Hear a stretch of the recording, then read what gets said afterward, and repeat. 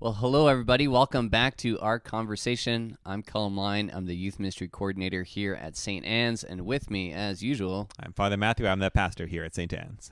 Awesome. Wonderful. This is random, but I've noticed this is the first time I've been wearing shorts while we've been recording. Wow. So Oh, boy. summer is here. Well, maybe not, but hey. I will not be wearing shorts on any of our recordings. But he will be Good wearing for you. pants there. It's very That's good. No, it was like 2 days ago. I was like, you know what? I'm doing it. I'm wearing the work shorts. I'm in Nice. belief that even if it's cold in the morning, I am embracing summer is here. I did that actually on Monday. Monday is my regular day off. And so I wore shorts and I was biked down to City Perk, a local coffee shop. I had to bike down there and read Love and that then shop, bike back. So I biked down there, down the river. It was beautiful. I got there and I realized I forgot my bike lock. So I just biked home again. But it was a nice little run around anyway. Do you ask someone to watch your bike to get at least a coffee? You don't have a coffee cup I holder don't have in a coffee there? cup holder on my bike, no. You can't do the one hand. That's a little too sketchy. You for know, you? I just didn't even want to leave it in there while I was going inside. There you go. That's didn't fair. feel like worth taking the risk. Not worth the cup of coffee. No. There you go. Take I risk thought my you were bike. going to say you arrived and realized you had 20 ticks on you. Yeah, no. We're kind of in the middle of tick season. I don't think I can get you when you're on a bike. They're not not quite that aggressive. It depends, man. There's no. I'm joking. But no, I think bikes are they're a hot commodity right now, so I didn't need to. It's Yeah, I was talking to a like friend the leaving other some day. lumber lying around. You don't do those things anymore. This is very true. Yeah, it was. Speaking of random things left behind, we took our kids to the park last weekend. It's beautiful and all that kind of stuff. And it was. Our kids are biking a bit more now, and we were hanging out. But I was like, keep them by the stroller where Dad is, with Kaylin or whatever, and then go. And then we just noticed, in the blue, someone's really nice bike was just sitting in the middle of the path in Warman, Oh. and no kid in 100 yards. Huh. And so I just kept my eye on it because there were kids around, but nobody was showing any interest. And I attempted to be like, "Hey, Whose bike? whose bike is this?" And then going, and then my kid was running away, and I was like, "Okay, you're on your own." But I hope little Johnny didn't lose his bike. Oh, boy. But you leave it in the middle of a huge field for an hour. Taking a chance. You're taking a chance. Oh, my. But yeah, for sure. You got a bunch of stuff here. What's going on? So I thought I would share. So this week is Catholic Education Week, which is a great day to celebrate. And as a result, I got this envelope just lying outside my door this morning from St. Angela School. And there are just cards and pictures from, I think, most of the kids in the school. There's really beautiful notes and thank yous and nice pictures. And Yeah, there's some good artwork there. it's a really nice celebration from the school. There we can go. Yeah, they also had one class gave some letters for Patty, and there's a picture there of Colum as well. I thought There we I would go. share. It's in the, I dare not say the Holy Trinity, but the three No. amigos maybe is more That's a appropriate. better way to put it. But yeah, thank you, St. Angela. Happy Catholic Education Week, everybody. Yeah. But it's one thing that's nice about this, though, is just that we still have the connection with the schools, Mhm. even though we can't be there. And we've been doing online masses once a month with the schools, and several of the students mentioned them. One even drew a picture of me on the computer celebrating mass. There you go. So- And I know, I think St. George had a school retreat a bit earlier this year, but we got a couple more, I think, doing some retreats kind of in the last month here and trying to do some videos and different activities. And I think we might try to do some outdoor stuff potentially, which is We cool. are. Next week, we're doing some outdoor adoration, Yeah. actually. One of our parishioners a year ago built a contraption to hold a monstrance, and we had it on the roof a year ago because we couldn't have people inside the church, which we can do that now, but we can't get into the school, so we'll be taking it to a school to do some outdoor adoration for the students. I'm glad that this monstrance box. I don't know if there's a fancy name for it, but I think was it Nick Coral put a lot of work into it. Yeah. But I'm just glad that it got more than a one-time use. So I was we can do flatbed truck processions maybe around town. We're dreaming. We got this cool thing. We got to use it. So it's exciting. As the reopen plan kind of looks to happen here, maybe 150. Maybe we can do some year-end stuff maybe for a few more schools or grade 8 stuff or who knows. But it looks like the last Sunday of May, if things go as planned, we should be up to 150 again. And it's right now because they're saying the Sunday is the day when the reopening starts. So I think our Saturday masses will still be at 30, but then the Sunday masses will be at 150. But we'll get more detail as the time comes. There you go. Stay tuned. Yeah, that's right. Stay tuned for more. All right. Shall we pivot into our deadly sin of the Sure, of the let's week? talk about some lust. Our sin of the week. Let's talk about lust. All right. Maybe just as a precursor is, I just love that we're doing this. I've said that a couple times, and the idea of as you kind of started off, and I was like, well, this is going to be an interesting and maybe potentially awkward homily, right? Like it's a hard topic, to kind of dive into sometimes in the public sphere, especially when you have a whole spectrum of ages, right? Yeah, absolutely. And I think you kind of did a preamble to kind of mention that. Warn people. And I think it was good because you got to the basis of what is it really about and where does it come from and what's kind of the overarching. Yeah, I really appreciate it. And this is actually part of why here at St. Anne's we do these homily series from time to time. Yeah. And one of the benefits of that is it makes me address things I wouldn't normally address, to be honest. So it kind of puts this before me, which is good. And even as I was preparing for this homily, I talked to some of my staff members who have kids. And I said, like, what should I say? What shouldn't I say? So I did try to, although they told me just go for it. So that was the advice that I got. But I did try, to talk to them about this in the way that is real, but also appropriate for all ages is a challenge sometimes.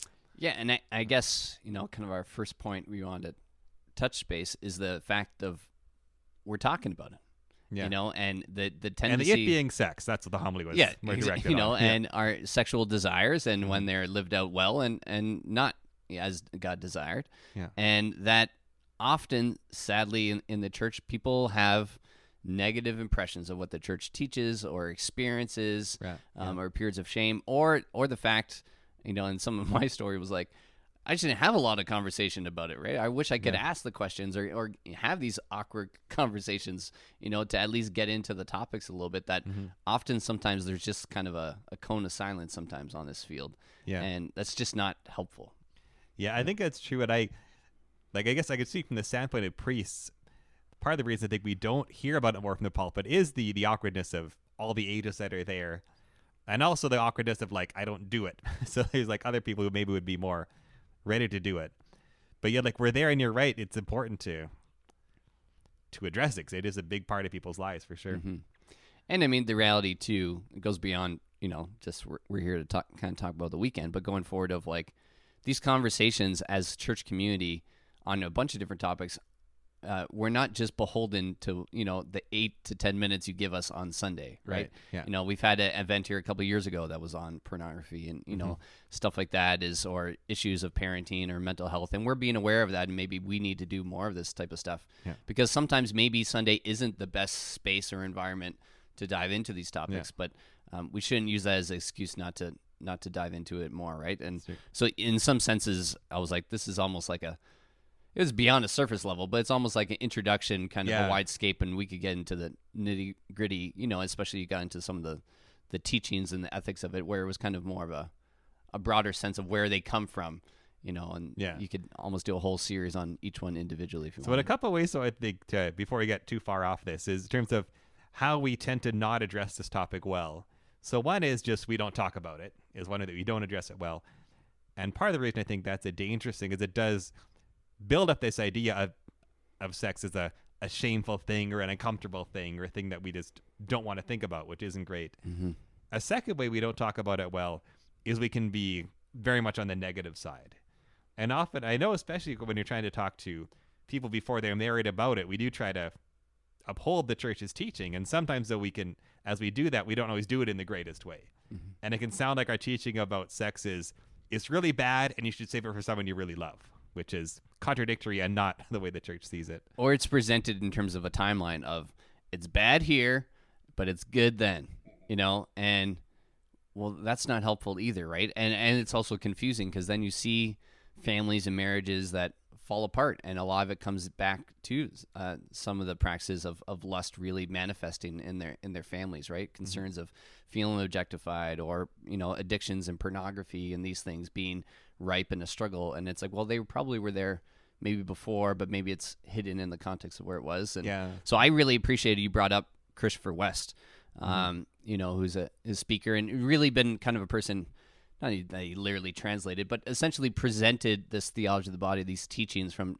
St. John Paul II, on what it means to be male and female, to be a child of God and our sexual desire.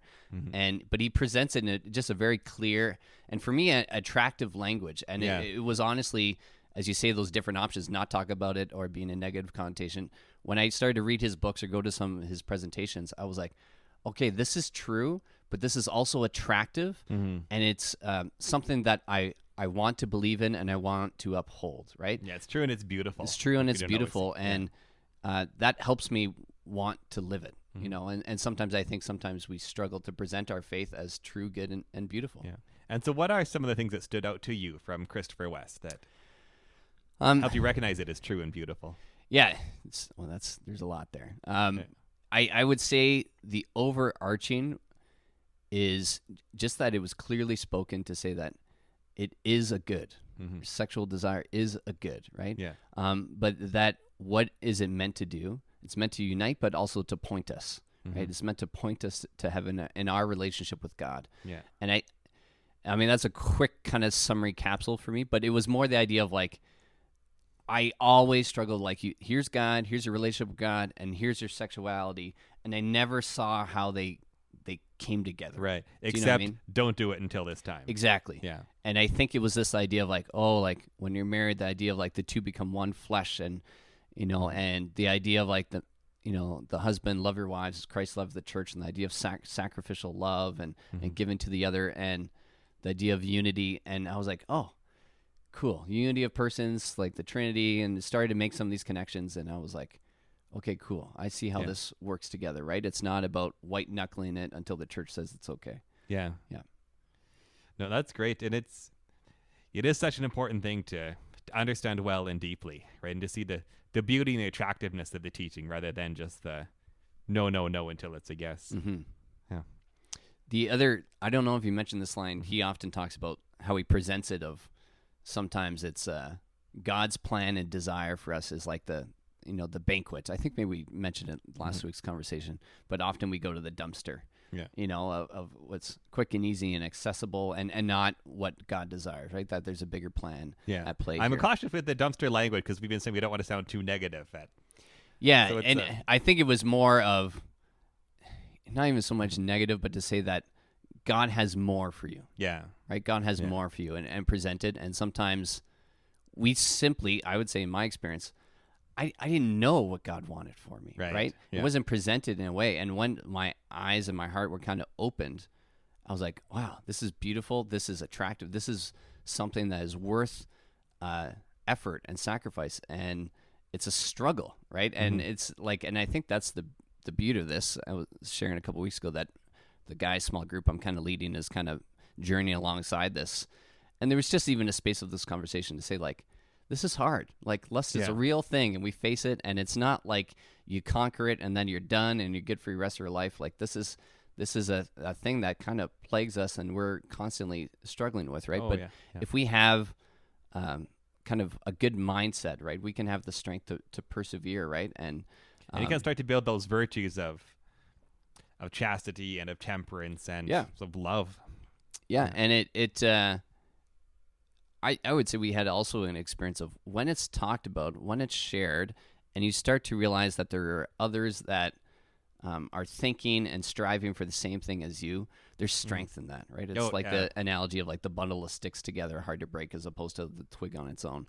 That's a good point, because, and again, it's also maybe part of if we don't ever talk about it as a church, like somebody can feel really alone striving for chastity in this world when it seems like sex and pornography are just so very prevalent. Yeah. But maybe before we get too far into that, there is also a thing we want to mention here about. So we mentioned how the problem is not that lust wants too much, but that it settles for too little.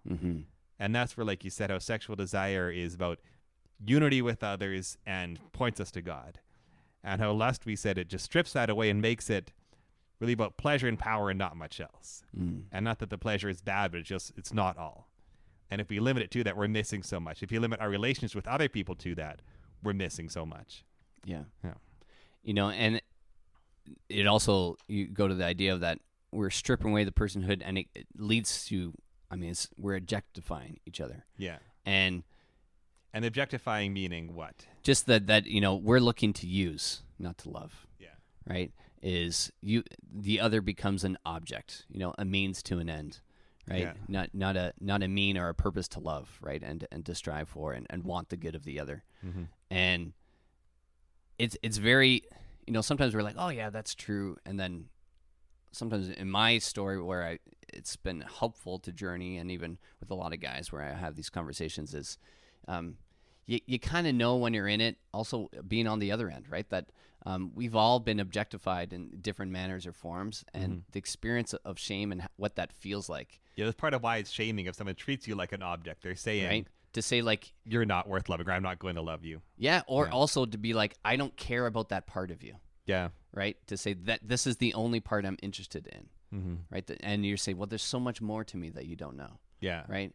And that's like part of the idea of like even falling in love, with a spouse, right? Or the journey of dating, this love is like you start to learn different aspects to a person, right? And all the different layers, right? And it's the idea of like, you look at the stories of sometimes people who've been married 50, 60, 70 years. And I was like, well, like, some people sometimes being amazed by that, like, how is it possible? And they were like, well, they have an intimacy.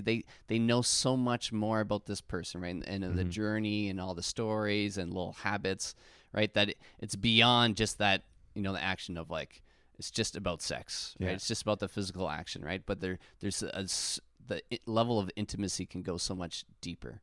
Right? That's a great point, right? And that's where the relationships within God's plan, there's so much more richness there, right? Because if lust is just about the body and nothing else, then what God calls us to is that and so much more. And all the richness of the inner life of the person and their soul, their heart, their needs, their desires. Yeah. So much more richness there. I also think sometimes where we, frankly, can sometimes live in a culture that is obsessed with lust, and it can be really out of hand, and a lot of the media can be pretty awful for some of the stuff. And, we're pushing back, and there's good stuff out there too. But maybe you can comment if you think this is true or not, but from my perspective is I feel there is a bit of a hardness of heart, or people are slower to reveal themselves than maybe just in the past to me. It feels like maybe we're more cautious, more walls up. Yeah. And I wonder if it's maybe because it's like that, because of a context of objectification, right? Is that we're now, because of the pain and the woundedness of that, maybe we're more resistant. We feel more need to keep our guards up to protect ourselves. Because we don't want to be hurt, so we're slower, to kind of reveal ourselves. So that's which is like, to me, like that's a real shame or a pain, and I notice when you get into a deep, other friends, the couple friends that we really connect with, or, a couple families where everyone feels comfortable, you really start to see people kind of shine or reveal themselves, right? When there's a perceived safety. Yeah. And so maybe that's something that we need to strive for, right? Is like, how well do we do that even as a faith community, right? That people. That's a great thought. In a few ways, I think I can see that. One is the online world, where there's so much negativity and criticism and tearing people down. And part of the reason that we do it there is it's easier to objectify people, because I don't have a physical person in front of me who I can see the hurt on their face when I say something mean. It's just a picture or a name. So it is easy to treat them not as people, but as objects or obstacles. And it makes me think too, what you say about, they need to keep our guards up is, and it was part of Pope John Paul II's theology of the body, talking about how Adam and Eve in the garden were naked and not ashamed. And the idea of nakedness as being able to let yourself be truly seen and truly known, because you know that you're going to be received with love. But if we don't know we're going to be received with love, that's when we need to hide ourselves. We can't be naked and not ashamed, because we're afraid we're going to be objectified and treated badly. Yeah. And I mean, I just think there's a lot of truth to that. And I mean, it's tricky too. And sometimes it's not, going back to conversations or being modeled. What are we modeling? Are we modeling silence, or a negative perception, or a healthy perception of like, sometimes we struggle. Even I'm starting to work with these kids. I have an 11-year-old daughter now. And so some of these conversations are coming and in phases of like, what is appropriate in which context, right? Because sometimes when it's all or nothing, it's, it's silence or negative, or the positive is like, well, I don't think in today's culture that I, want my daughter to just run around naked all over the place. That wouldn't be appropriate, right? Yeah. But it's like, okay, what are benchmarks in terms of context of friendships? What does that look like? And so like, I think there's a lot of modeling required, right? A lot of conversations, because otherwise it could be overwhelming or confusing. And so I think sometimes either we're too liberal and we make a lot of mistakes and pain can happen that way. Yeah. Or we're we're prude Too or closed overly off, shy, yeah. right? That we're too afraid, but then we struggle for intimacy because we don't know how to open up appropriately. Yeah, that's really true, and I think you're right. It's a lot of wisdom, a lot of prudence, a lot of grace, a lot of modeling from those who have the right sort of healthy understandings. Yeah. Yeah, and I think it takes a lot of courage, especially like for parents, and for kids and families, is to say, be willing to have these conversations and models, and to know like you're probably going to make mistakes. There's going to be ups and downs, but like, it's a sign that we work at, right? It's not suddenly we have this all figured out perfectly and we're going to, be perfect. It's a lifelong journey, I think. 100%. Yeah. So then maybe to get to the talk about what is freedom from this, and how is there lack of freedom? And one thing that I'm sure everyone is very aware of right now is just the struggle of pornography, and just how common that is for people, and the lack of freedom that people have in that. And one thing that I found as a priest, because it comes up a lot in confession, but one thing I found as well is that when I'm hearing confessions at for high school confessions or like a youth event, often I'll be asked to give a little talk before confession. And I found that if in that talk, if I don't name pornography, a few people will confess it. But if I do name it, a lot of people will confess it. And it's something about, as we've been saying, when we don't name these things, it stays hidden. We don't know how to address it. But I found just as simply just when I give a list of sins, if I just drop that word in there with all the others, it gives people a bit of a freedom to bring it up, and then hopefully to find real freedom from it. Yeah. It's almost like it's like that dam, right? They're just waiting for that little crack and someone to lead the way, right? It's like sometimes when you're, sharing, it's like a small group and everyone's quiet. You just need that one person to kind of start and see, like, this is okay to do. Yeah. Kind of gives permission and someone leads the way in boldness and others can kind of follow.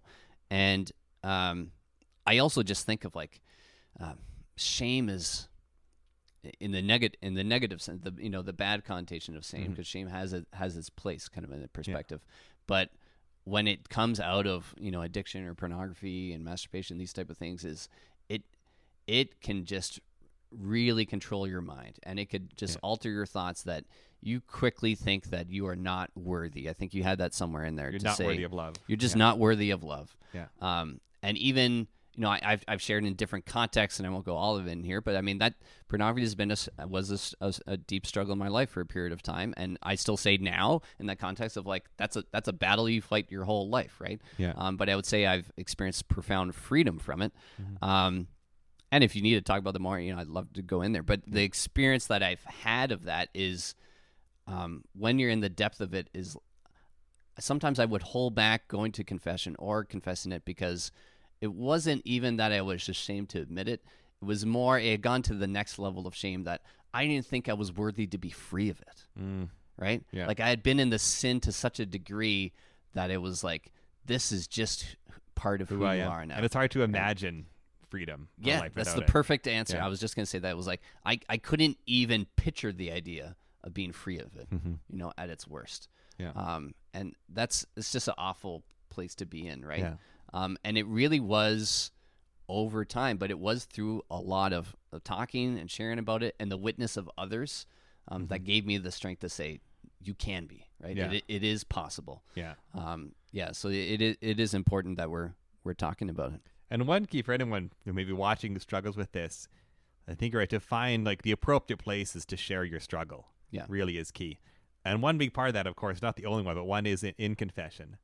But even I would say in confession, the importance of not priest hopping when you're confessing that sin. Because it's something I experience on my end of hearing confessions. And sometimes it can be easier to do it, no, I'll confess to a different priest. But if you have to go back to the same one again and again, like there's that level of accountability there as well. Yeah, I'm glad you said that. Like it comes from both ends. That was a period in my life where I was like, bringing it to the table, and it was the same priest week after week. Yeah. And he was very gracious and very loving, and had some good things to say. But the most effective part of that, I mean, besides the grace of the sacrament, obviously, was more. I mean, I'm a pretty stubborn Irishman, right? I was like, I got angry at myself that I kept telling the same guy, right? So it built up a bit of resiliency and grit in myself of like, I'm going to show up, to Father Tao, and he's not going to hear that sin this time, right? Yeah. And not because I'm going to hold it back and lie about it, right?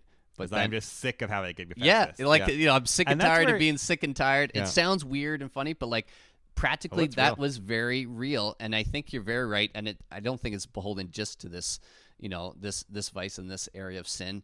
Is we do sometimes move around to go, because then it seems like, well, nobody knows how bad it really is, right? Except myself, and I can kind of hold that back. But then that's still shame, right? You're still hiding the sin, which is the problem. Yeah, and I think it also, the repetition of sometimes experiencing mercy, just the beauty of confession, I think is very powerful. But also, like, there's professional counseling, there's lots of other tools that maybe are necessary and are needed.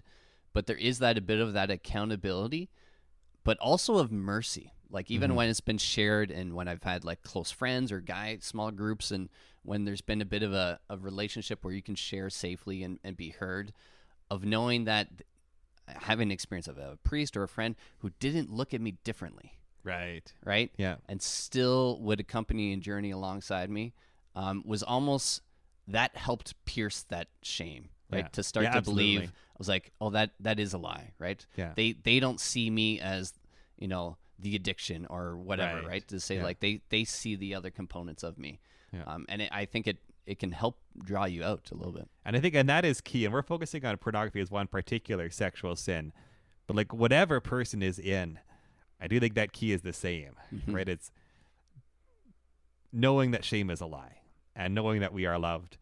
And so much of that does happen in the right relationships with people, and just in the Word of God and what God shows us. Yeah.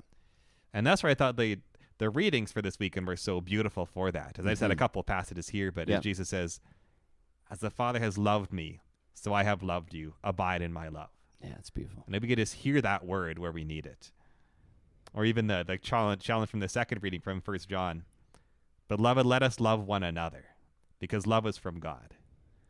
And there too, as we can love one another well within the church, that's another strong protection against these kinds of sins. Yeah, I mean, they're great scriptures to kind of bring to this, and specifically that second one of that challenge of objectifying people, right, in a variety of ways, right, to say what is the mission, what is the way in which we're meant to encounter and relate to one another.